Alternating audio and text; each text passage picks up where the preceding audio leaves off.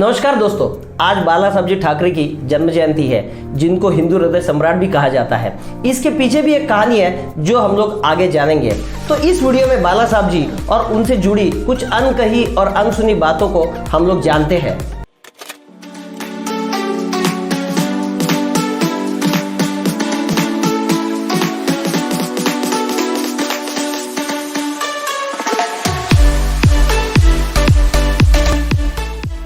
वैसे तो बाला साहब जी एक कार्टूनिस्ट थे और अपनी पत्रिका मार्मिक के माध्यम से सरकार और तमाम सोशल सब्जेक्ट के ऊपर कार्टून के माध्यम से सटीक प्रहार करते थे। 1960 में जब महाराष्ट्र की स्थापना से पहले मुंबई को गुजरात में शामिल करने की कोशिश चल रही थी, लेकिन जब मुंबई को महाराष्ट्र में शामिल किया गया तब मराठी लोगों की समस्याओं को हल करने के लिए 19 जून 1966 में उन्होंने शिवसेना की स्थापना की और उसके बाद मराठियों के लिए नौकरी, उनकी सुरक्षा और तमाम समस्याओं को हल करने की जिम्मेदारी अपने सर पर ले ली। शिवसेना ने स्थापना के बाद जल्दी अपनी जड़ें जमा ली और 1980 के दशक में मराठी समर्थक मंच के सहारे मुंबई नगर निगम पर जीत हासिल कर ली और तब से लेकर आज तक उनका दबदबा बीएमसी में बना हुआ है। 1995 में भाजपा के साथ गठबंधन करना ठाकरे के लिए राजनीतिक जीवन का सबसे बड़ा मौका था और इसी के दम पर उन्होंने पहली बार महाराष्ट्र में सत्ता प्राप्त की। वो खुद भी कहते थे कि रिमोट कंट्रोल से सरकार चलाते हैं, हालांकि उन्होंने कभी मुख्यमंत्री का पद नहीं संभाला। अगर आप चीफ मिनिस्टर बनते तो आपको लगता है कि आप ज्यादा अच्छी तरह से सरकार चलाते? फर्क क्यों है? क्या कुछ नहीं पड़ता इसमें। मैं बैठ के भी करा, जैसे कि वो मैं कहता हूँ रिमोट कंट्रोल की मैं बात करता हूँ, तो रिमोट कंट्रोल से भी आप यहाँ बैठ के टीवी के चैनल्स बदल सकते हैं। बाला साहब जी खुद को शेर मानते थे, जिस वजह से शिवसेना के झंडे में भगवे कलर के अलावा शेर को भी हम लोग देखते हैं। आप पिंजरे में जब भी कोई शेर रखें और कोई नजदीक जाके बताएं कि कितने तुम मर्द है, बोले आम जरा देखो, बात करो, जरा वो शेर को बाहर निकालो और मूंगफली डालने की कोशिश करो। तो शेर को नहीं डरते तो कैसे बात हो? शेर कहाँ क्यों कहें?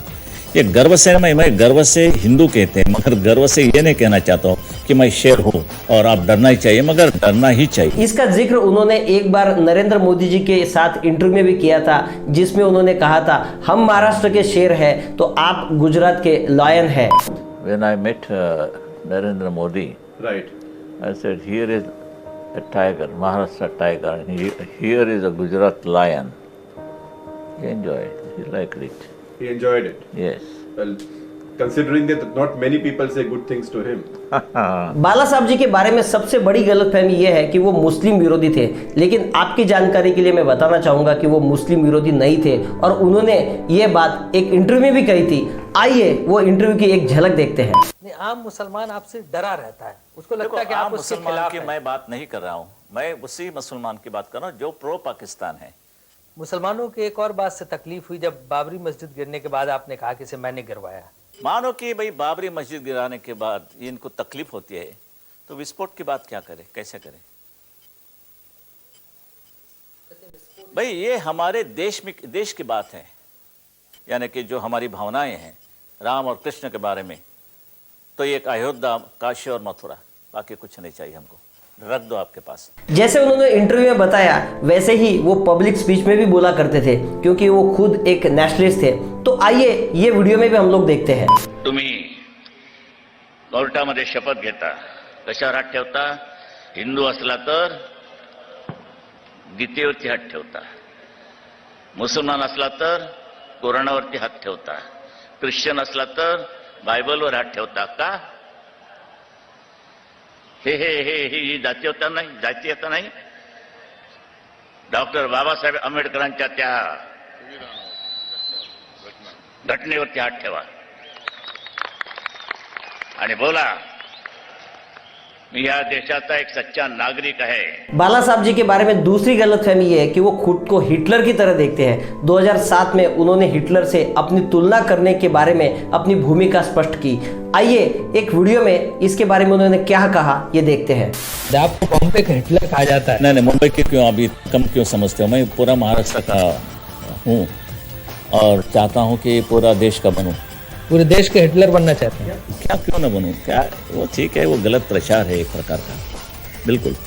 जो ड्रेस की बात करें तो यही लोगों ने एक, जैसे कि मेरी जो एक प्रतिमा है प्रतिभा हो वो थोड़ा खराब करने की वो कोशिश की, मगर हुई नहीं।